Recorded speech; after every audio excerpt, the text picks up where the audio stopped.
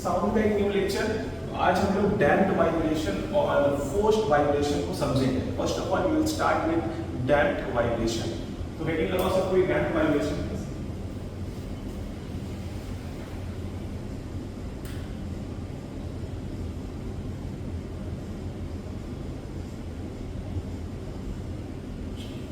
Damped vibration, ठीक है। अच्छा, डैम्प्ड वाइब्रेशन पिछले वीडियो में हम लोग समझे थे फ्री नेचुरल वाइब्रेशन। देखो वो भी जो था वो कब होता था, जब वैक्यूम होता था मीडियम, लेकिन यहाँ पे जो है एयर में होता है डैम्प्ड वाइब्रेशन। डैम्प्ड वाइब्रेशन अगर वैक्यूम में करवाएंगे तो वो नहीं हो पाएगा, क्योंकि वैक्यूम में जो है हम लोग का जो वाइब्रेशन होता था, अगर मान लो बताए थे किसी ऑब्जेक्ट को ऐसे हिला के छोड़ दिए तो वो कंटिन्यूअसली मूव करते रहेगा, because there is no external and resistive force present. But in air there is a force which is known as external force, because वहाँ रेजिस्टिव फोर्स, क्योंकि एयर में मॉलिक्यूल्स होता है। अब एयर के पार्टिकल्स से टकराएगा हम लोग का वेव्स, तो उसकी वजह से वो थोड़ा रुक जाएगा। देखो समझते हैं डैम्प्ड वाइब्रेशन। सबसे पहले इसके लिए हम बताए थे ऑब्जेक्ट के बारे में, जैसे हम लोग फिक्स किए कर दिए थे एक एंड, ये वाला एंड जो है हम लोग ऑब्जेक्ट का फिक्स कर दिए, यहाँ ये वाला एंड हम लोग फिक्स कर दिए, ये वाला एंड हम लोग फिक्स कर दिए, और इसको हम लोग मूव कराए ऐसे, यहाँ आया ये, याद है पिछले वीडियो में बताया था हम लोग फ्री नेचुरल वाइब्रेशन, सेम चीज यहाँ पे भी हो रहा है। तो यहाँ पे एक एंड फिक्स हुआ और ये बाद वापस से मार्कर को मिलाया, तो अब क्या हुआ, एक टाइम के साथ जो है इसका वाइब्रेशन जो है रुक जाएगा, just because there is a force present which is known as resistive force. ठीक है, तो क्या क्या प्रेजेंट रहता है यहाँ पे, सबसे पहले एक्सटर्नल फोर्स। अच्छा, ये वाइब्रेशन कहाँ पे होता है, सबसे इंपॉर्टेंट चीज एयर में, ठीक है। External force present, force present, ठीक है। उसके बाद रेजिस्टिव फोर्स, फोर्स प्रेजेंट।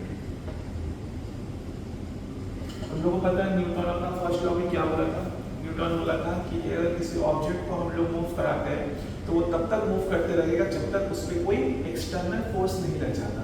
तो यहाँ पे एक्सटर्नल फोर्स लग रहा है जिस तरह से ऑब्जेक्ट रुक जाएगा, ठीक है। तो वाइब्रेशंस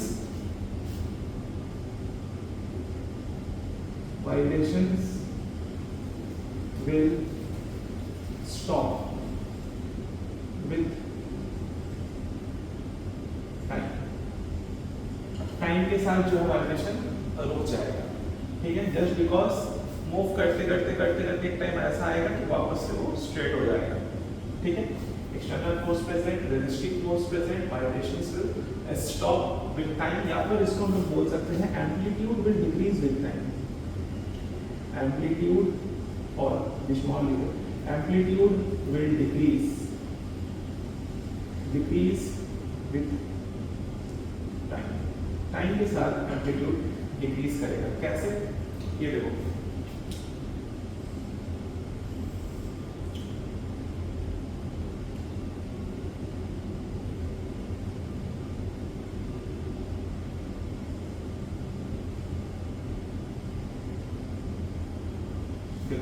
ये एम्पलीट्यूड यहाँ पे सबसे बड़ा, यहाँ पे बड़ा, यहाँ छोटा छोटा हुआ, छोटा हुआ, छोटा हुआ, छोटा हुआ।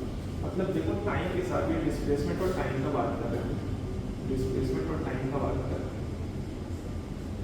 तो टाइम के साथ जो है वो छोटा हो रहा है, ऐसे एम्पलीट्यूड उसका स्मॉल हो रहा है, जस्ट बिकॉज यहाँ पे फोर्स लग रहा है। कौन सा फोर्स, रेजिस्टिव फोर्स लग रहा है। तो ये सब कंडीशंस है डैम्प्ड वाइब्रेशन होने के लिए।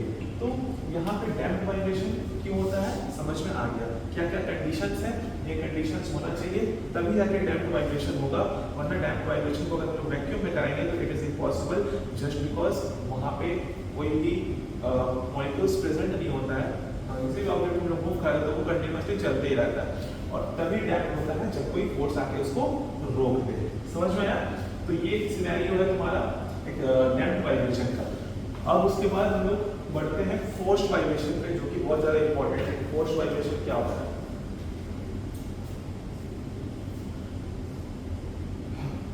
फोर्स्ड वाइब्रेशन क्या होता है वो भी देखो।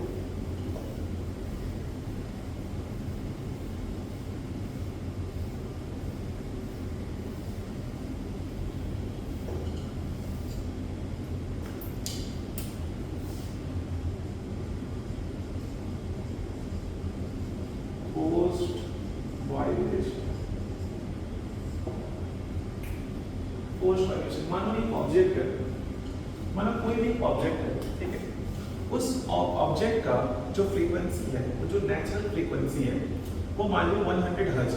देखो अगर मान लो कोई भी ऑब्जेक्ट है, एनी ऑब्जेक्ट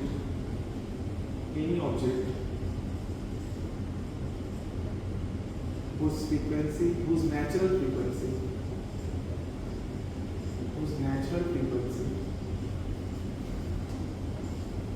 is 100 hertz। तुम लोग बोलोगे फ्रीक्वेंसी क्या होता है? Frequency is equal to 1 by time, मतलब 1 by second equal to hertz. यही होता है फ्रीक्वेंसी, 1 बाई टाइम के लिए।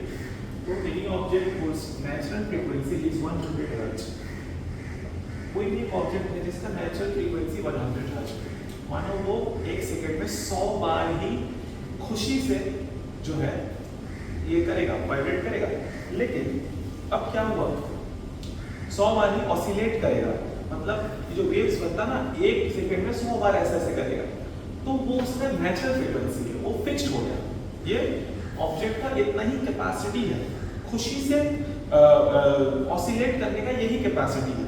बट हम बोले कि नहीं, हम इसको 200 हर्ट्ज का फ्रीक्वेंसी से मूव कराएंगे। तो 200 हर्ट्ज मतलब हम उसका कैपेबिलिटी से ज़्यादा फ्रीक्वेंसी से फोर्स कर रहे हैं हम उसको ऑसिलेट करने के लिए।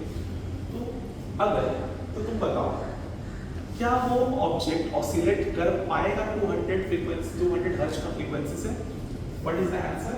आंसर है जी हाँ, करेगा।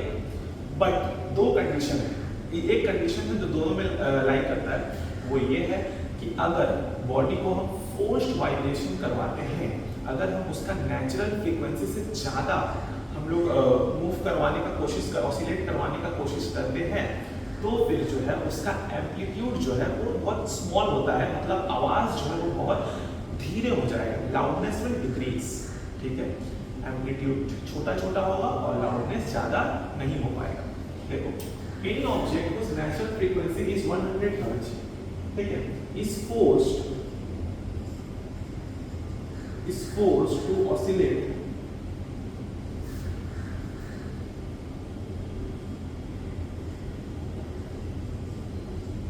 at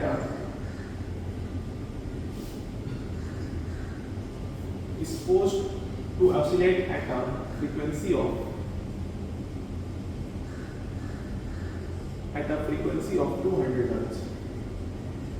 ठीक है, कोई भी ऑब्जेक्ट है जिसका नेचुरल फ्रीक्वेंसी 100 हर्ट्ज था, उसको फोर्स करा गया 200 हर्ट्ज से ऑसिलेट करने के लिए। ठीक है, कोई भी ऑब्जेक्ट था जिसका 100 हर्ट्ज नेचुरल फ्रीक्वेंसी था, उसको फोर्स करा गया 200 हर्ट्ज से ऑसिलेट करने के लिए। तो the body will oscillate at a forced periodic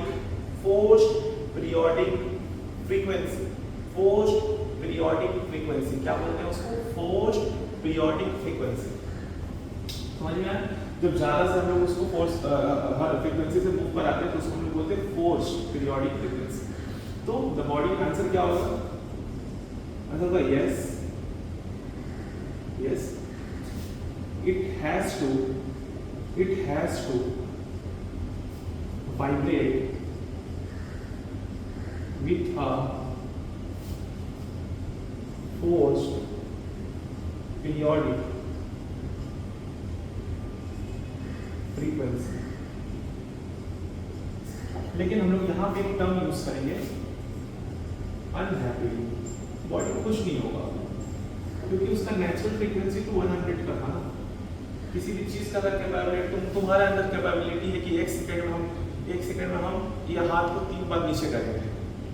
ठीक है, एक सेकंड में हम ये हाथ को 3 बार ऐसे कर सकते हो। अगर हम तुमको जबरदस्ती तुम्हारा हाथ पकड़िए ऐसे करा दिए 6 बार, तो तुम खुश हो गए, तुम कर तो लोगे, तुम्हारा हाथ ऐसे हो तो जाएगा, लेकिन तुम खुश तो नहीं होगा बिकॉज तुम्हारे अंदर कैपेबिलिटी उतना नहीं था। पता चला करते हाथ की टूट गया होगा। समझ रहा? तो कोई भी चीज खुश नहीं होगा इस चीज से। तो इट हैज टू वाइब्रेट, वो वाइब्रेट करेगा with a forced periodic frequency but unhappy, वो खुश नहीं होगा। तो जिसके वजह से वो खुश नहीं हो रहा है, तो एम्पलीट्यूड जो है विल बी स्मॉलर, स्मॉलर, और लाउडनेस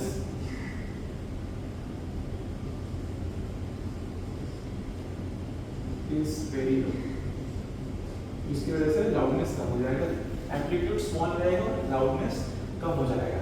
इसी का थोड़ा सा अगर हम लोग बात करें, देखो एक तो चीज चेंज करें, ये तो समझ में आ गया फोर्स्ड वाइब्रेशन क्या होता है।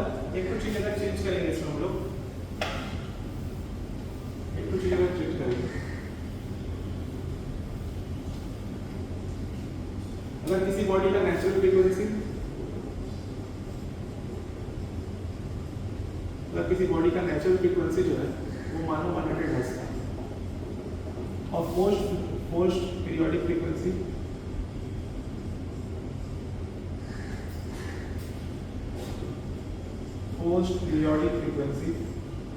हम वो भी 100 हर्ट्ज करते हैं, ठीक है। तब क्या होगा, तब बताओ, तब बॉडी मूव करेगा, it will vibrate, body vibrate करेगा, देन क्या होगा, तब ये केस बता रहे हैं, then the body will vibrate,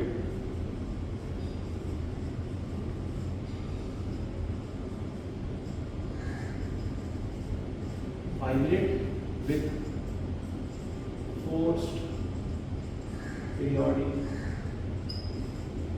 frequency, तब भी इसको फोर्स्ड पीरियोडिक फ्रीक्वेंसी ही बोलेंगे, भले ही वो सेम हो जाए लेकिन फोर्स्ड पीरियोडिक फ्रीक्वेंसी ही बोलेंगे। फोर्स्ड पीरियोडिक फ्रीक्वेंसी,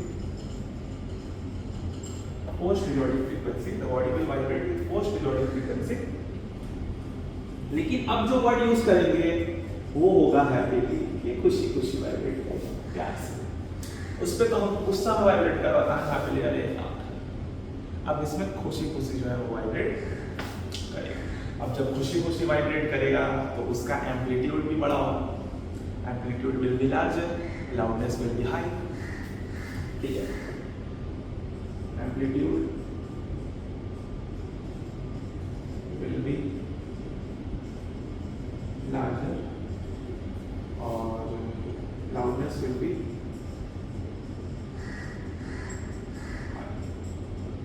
आवाज तेज भी सुनाई देगा और वही एम्पलीट्यूड भी बड़ा बड़ा होगा। और इसी के सिनेरियो को, यही पूरा केस को हम लोग बोलते हैं रेजोनेंस। ये वाले केस हम लोग बोलते हैं रेजोनेंस। बुक में देख लो, टर्म मिल जाएगा। हम लोग आज तक रेजोनेंस रट के जाते थे, लेकिन आज हम लोग को पता चल गया कि रेजोनेंस क्या होता है। What is resonance? जब बॉडी का नेचुरल फ्रीक्वेंसी और फोर्स्ड पीरियोडिक फ्रीक्वेंसी सेम होता है, तब बॉडी हैप्पीली वाइब्रेट करता है with a high amplitude and a high loudness. उसी को हम लोग बोलते हैं resonance. So that is all for today. आज हम समझा दिए damp vibration, forced vibration, resonance क्या होता है। So take care.